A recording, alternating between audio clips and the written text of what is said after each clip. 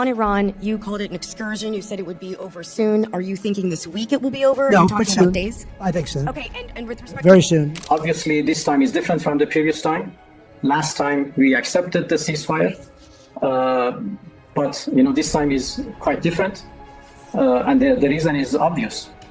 Last time they attacked us, they made aggression against us, they killed our people, they destroyed our places, and then asked for a ceasefire, and we accepted out of good faith because we were only exercising the act of self-defense. And when the aggression was stopped, we stopped too. But it didn't bring about peace. And now this year they again started to attack us. And again they have, they are killing our people, they are killing, girl students, they are attacking hospitals, freshwater desalinations, refineries, everywhere. People have been killed, places have been destroyed, and now they want to ask for a ceasefire again. Well, this doesn't work like this. So there should be a permanent end of the war. And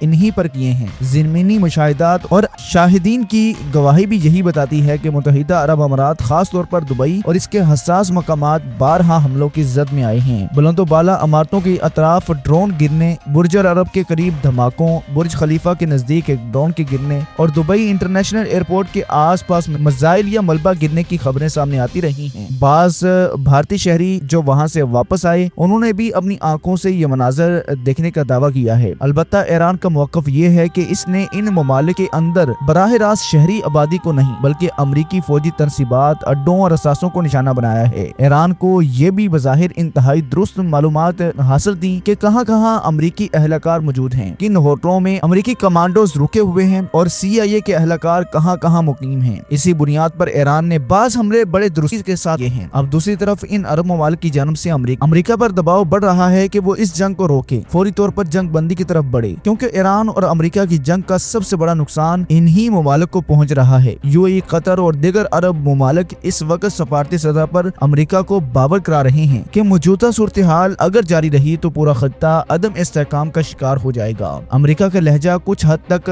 بدلا ضرور ہے، لیکن یہ نہیں کہا جا سکتا کہ اس نے مکمل طور پر اپنی پوزیشن تبدیل کر لی ہے۔ اسی بیچ فرانس کے صدر ایمینوئل میکرون نے ایران کے صدر ڈاکٹر مسعود پزشکیان سے گفتگو کی اور ان سے کہا کہ ایران کو اپنے پڑوسی ممالک پر حملے بند کر دینے چاہیے۔ ان کا کہنا تھا کہ جب تک ایران کے حملے صرف فوجی اڈوں تک محدود تھے تب تک معاملہ ایک حد تک سمجھ میں آتا تھا، مگر اب ان حملوں کے نتیجے میں ان ممالک کے اثاثے متاثر ہو رہے ہیں، شہری ہلاکتیں ہو رہی ہیں اور وہاں دنیا بھر کے لوگ خصوصاً بھارت، پاکستان، بنگلہ دیش اور دیگر ممالک کے شہری روزگار اور کاروبار کے لیے مقیم ہیں۔ ان کی جانوں کا خطرہ لاحق ہونے سے ان ممالک پر بھی دباؤ بڑھے گا اور اس کے نتیجے میں ایران کے لیے بھی سفارتی مشکلات بڑھ سکتی ہیں۔ ادھر عرب ممالک نے اب تک ایران پر حملہ کرنے کا فیصلہ نہیں کیا۔ UAE نے بھی فی الحال ایسی کارروائی سے انکار کیا ہے جو بظاہر ایک دانشمندانہ قدم ہے، مگر دوسری طرف ایران کو بھی ایک نہایت احتیاط سے اپنے اہداف کا انتخاب کرنا ہوگا۔ اگر امریکی فوجی اڈے کی بجائے کوئی میزائل یا ڈرون غلطی سے رہائشی عمارت پر جا گرتا ہے تو اس کا سیاسی اور سفارتی نقصان ایران کو بہت زیادہ ہوگا۔ اور ایک اہم پہلو یہ ہے کہ ان ممالک میں امریکی تھاڈ، ریڈار اور ایئر ڈیفنس سسٹمز کے بعض حصے پہلے ہی ایرانی حملوں میں متاثر ہو چکے ہیں۔ اسی وجہ سے اب جب ایران حملے کرتا ہے تو کئی جگہ مقامی دفاعی نظام انہیں مؤثر طریقے سے روک نہیں پا رہا اور نتیجتاً ملبہ یا انٹرسپٹر شدہ ہتھیار شہری علاقوں میں گر کر نقصان کا باعث بن رہے ہیں۔ یہی وجہ ہے کہ عرب ممالک ایران سے مطالبہ کر رہے ہیں کہ وہ اس معاملے کو مزید نہ بڑھائے۔ عرب لیگ نے بھی ایک ہنگامی ورچوئل اجلاس بلایا ہے اور 8